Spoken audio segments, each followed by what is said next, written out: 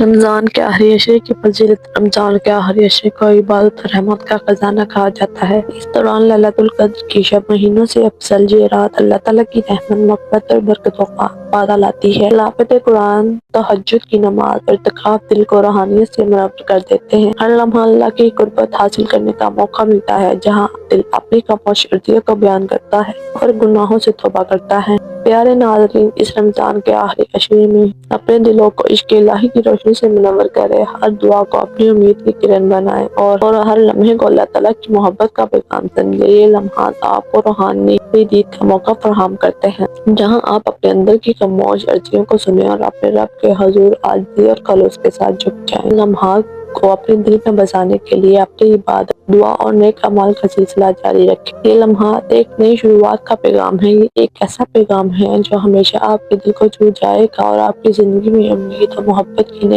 نئی روشنی بکھیر دے گا۔ ایک ایسا پیغام ہے جو ہمیشہ آپ کے دل کو چھو جائے گا۔